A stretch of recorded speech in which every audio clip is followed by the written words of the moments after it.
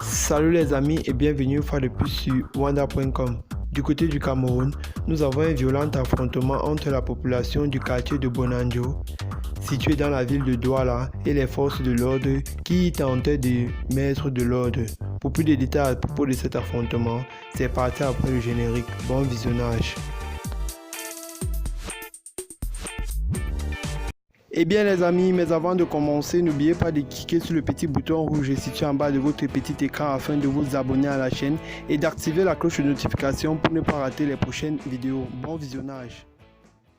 Des tirs de gaz lacrymogène ont été employés pour ramener le calme à Bonanjo, le centre névralgique de Douala, où une rixe entre des forces de sécurité a créé un mouvement de panique au sein de la population, faisant ressurgir le conflit persistant entre les communautés urbaines et les mairies d'arrondissement.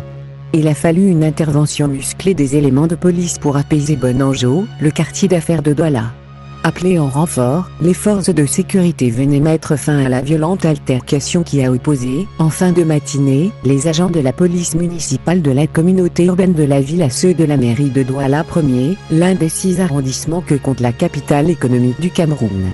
À l'origine de cette rixe, un conflit de compétences sur la gestion des parkings publics au sein de la ville. Selon Fritz Ntoné, le délégué du gouvernement auprès de la communauté urbaine de Douala, il a été donné de constater une prolifération de la vente des tickets de parking payants et le remorquage illicite des véhicules sur les voies publiques.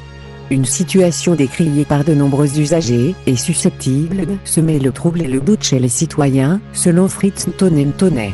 Fort de son statut de supplémaire de la ville, il a ainsi entrepris le 26 juin dernier d'interdire toutes les activités d'exploitation de parking public, jusqu'à l'aménagement de nouveaux emplacements. Tout individu surpris en train de vendre des tickets, ou de procéder à des opérations de remorquage illicite, sera aussitôt interpellé, prévenait-il dans un communiqué radio diffusé le même.